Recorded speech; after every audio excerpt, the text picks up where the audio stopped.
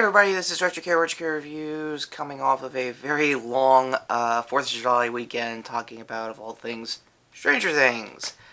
For those who are wondering, when am I going to do my Far From Home review, that'll be after this vlog, and yes, this is going to stay a vlog, so that quick rule of the road out of the way. I guess one last quick announcement for those who are also expecting a Toku review. As I stated with Rio Soldiers, I guess teasing of that review, that's going to be another Toku double review, and I need to catch up on the series. The series itself is going to take like a couple weeks. Binging and a few weeks, just in general, because work just gave me another ridiculous schedule. Other than that, let's get to Stranger Things.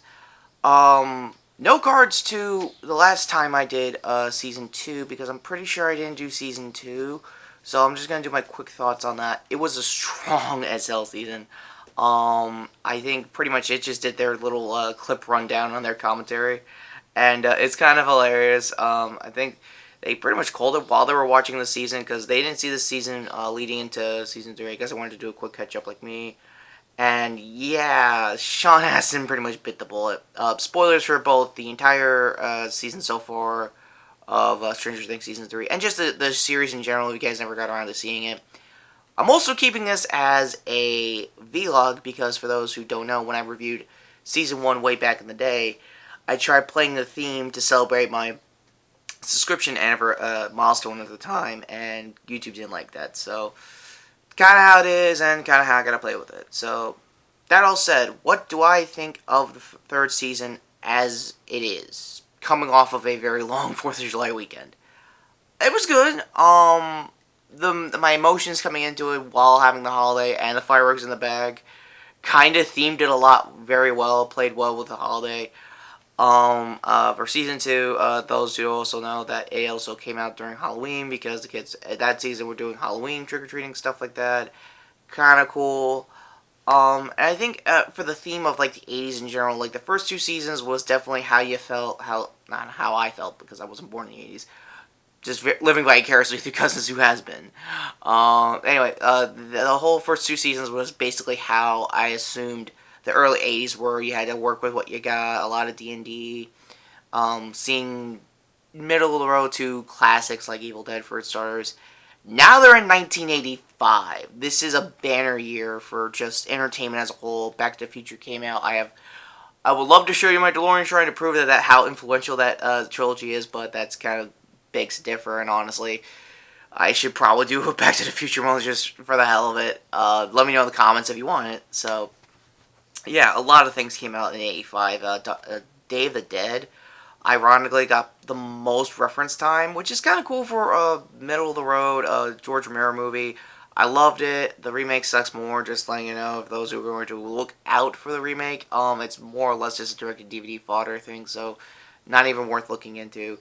The original movie itself, really awesome.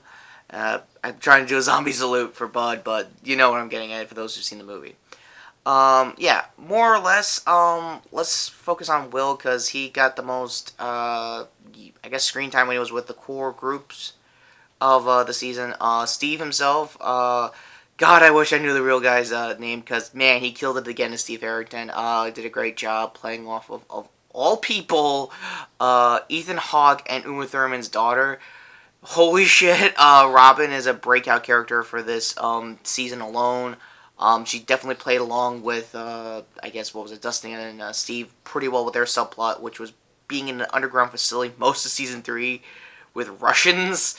Like I said, it's 85, and if they're going to blow their, let's just make it everything WAD, they might as well do it with this year in particular, because I guess leading on to, I guess what I want them to do in future seasons, I think the late 80s started to get a little darker again, not by much.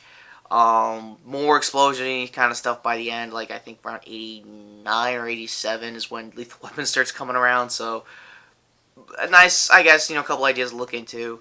I really, I was a little conflicted with, what was it, David Harbour's, Hopper.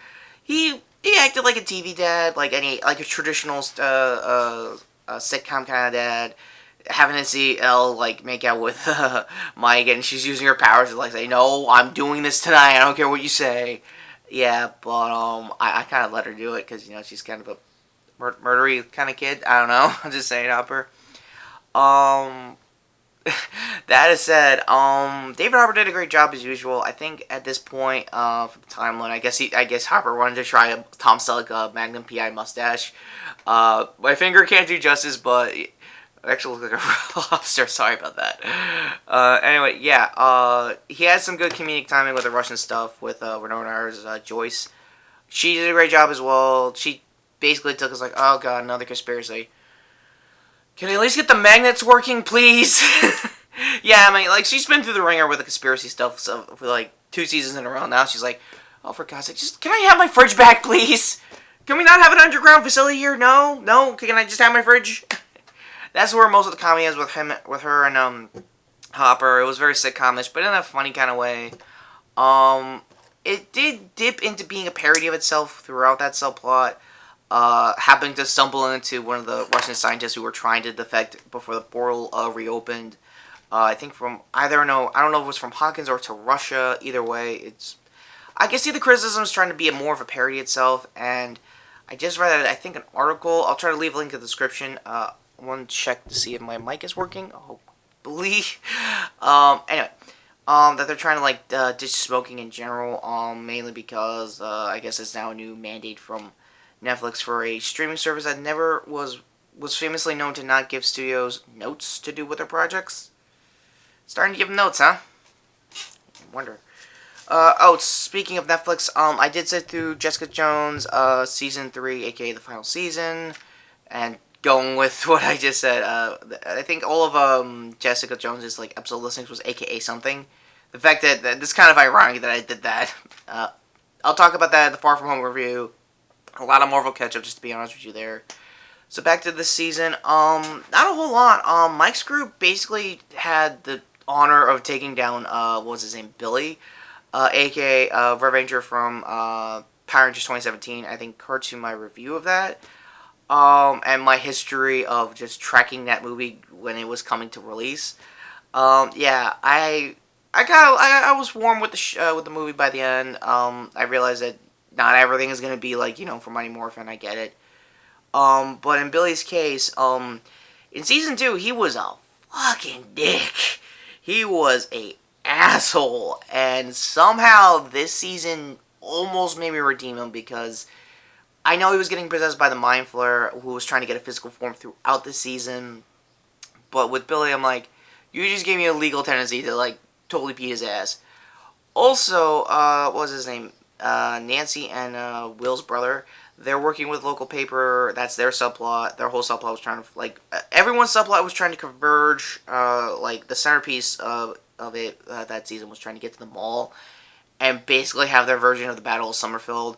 For those who've seen Hot Fuzz, parts of that entire scene, it was a great scene. I love that movie still to this day. My Dear Retro review of just the Cornetto trilogy in general. Please let me know in the comments, like if you want me to do that as well. Yeah, so basically more or less the same thing. Lucas and like all the kids throughout the season were growing up, and Will is the only one that wants to still play D&D. And when shit starts, shit starts happening, I think like 2 or 3 episodes in, he starts having like feelings at the back of his neck because somehow after season 2, he's still connected to the Mind Flayer, but not enough to get possessed. Like they severed enough of that connection to like make sure he doesn't like be another spy for the group again, which is always a good sign. For Noah, the kid who plays Will, he did a good job as usual. I think pretty much it. When they were doing their commentary, they were shitting on his bowl cut hair. But to be fair, that was parent hair you give to your kids in the '80s. So I kind of can't knock it. It's a good wig, and yeah, it's a wig. If you check his like Instagram or like on social media in general, he doesn't have that haircut like throughout. So good for you, Noah. So yeah, enough messing around. Billy Bobby Brown herself comes back as Elle, and like I said, her whole thing is on again, off again relationship with her and Mike. Both her and Phil Wolfhard play that kind of dynamic pretty well, of like young love, like not understanding literally everything, misunderstanding like everything. Elle having to actually, I have a bandana because I think most of her powers was just force grabs on the Mind Flayer when it was getting building up its physical form, and mainly using the deprivation chamber dimension, basically the upside down. I hope that came out well because I couldn't see that. So give me a like if that worked at all. A lot of likes today. Sorry. Just still pretty happy with the season all around. There were some character actors that came because again they were working in the 80s at the time. Jake Busey for Nancy's subplot and what's his name from Princess Bride as the cartoonish corrupt town mayor that wanted to get a re-election because 80s and more specifically 85. I guess that's when electoral re-elections were happening at the time. So again, I don't know my politics that well, but if that's also the case, let me know in the comments. So, yeah, he got corrupted by the Russians mainly to shut the fuck up and keep having a secret underground base by the ball. The kid actor who played Erica was annoying in season 2, but somehow totally redeemed herself throughout the final episodes of season 3. Still kind of annoying, but Dustin kind of called her shit out, and good on that kid to do that, so that was cool. Also, this is not going to be a spoiler. I'm just going to mention, I don't know, Neverending Story for reasons, part 2, that scene, if you know what I'm talking about. Yeah, that was a good little sequence there. So yeah, I'm rambling all over the place. My favorite episodes, I would have to say the build-up on trying to figure out Billy's powers. I think that's episodes 5 and 6, if I'm not mistaken. Last 3 episodes was basically building up on the battle in the mall. I forgot the mall's name for the life of me, so I guess Wiki, if they have a Stranger Things Wiki, I guess at this point they might. And Alexi's death that's the name Joyce gave to the Russian defector. They never really got his name. Him and the conspiracy guy from season 2, they were just basically an odd couple. I would just see them hang out in like a bar, like if he lived next season. For those who see my Twitter, I'm not my Twitter. I don't have Twitter.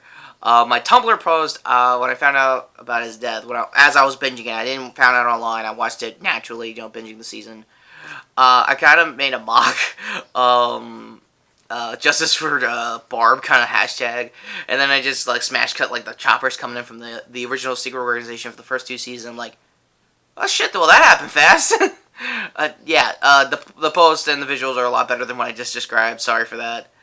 Overall for this season, I can see the criticism that it's just being too much 80s now, but again, it's 85.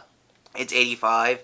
When you're ever going to implement a theater with all the movies you wanted to use, it's the perfect year to start blowing the wad of like all the 80s references. I'm not blind. I really want it to die down by, in the next couple of seasons, because I think the kids want to do like 2 or 3 more.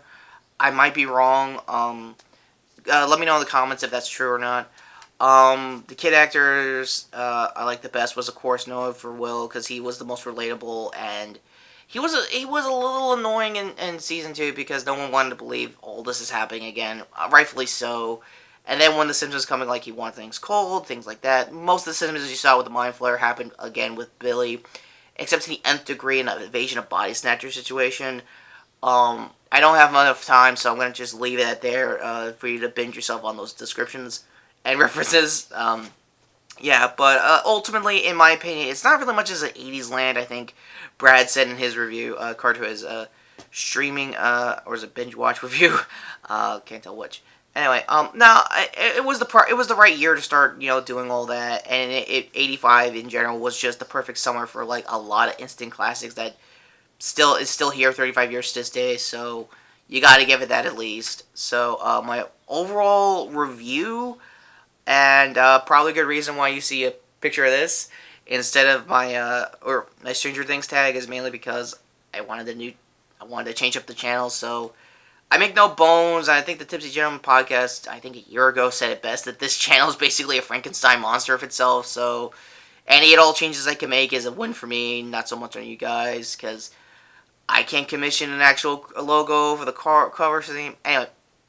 Rambling, rating first, then bitch about my channel second. Yeah, it's an 8 out of 10 for Stranger Things Season 3. If I had to rate, the last 2 seasons, perfect 10s all around. They definitely wanted me to get behind these characters. Even Sean Astin, if you could believe that. I forgot to mention Burke from Aliens. Yeah, he showed up as well last minute in this season, but throughout in season 2, he was just as annoying as he was in Aliens, so that was a pretty good nod there. Also, I got to see Jake Busey turn to a monster and get killed by Nancy. Not at all a response to him screwing up in, I don't know, The Predator 2018. Anyway, so cards here, this guy here for the previous video, and this guy here to sub to the channel. Sorry for the long vlog, but I promise I'll try to do a more thematic thing for Far From Home. That being said, take care, subscribe, and Summer 85, right? What's next? Hands Across America?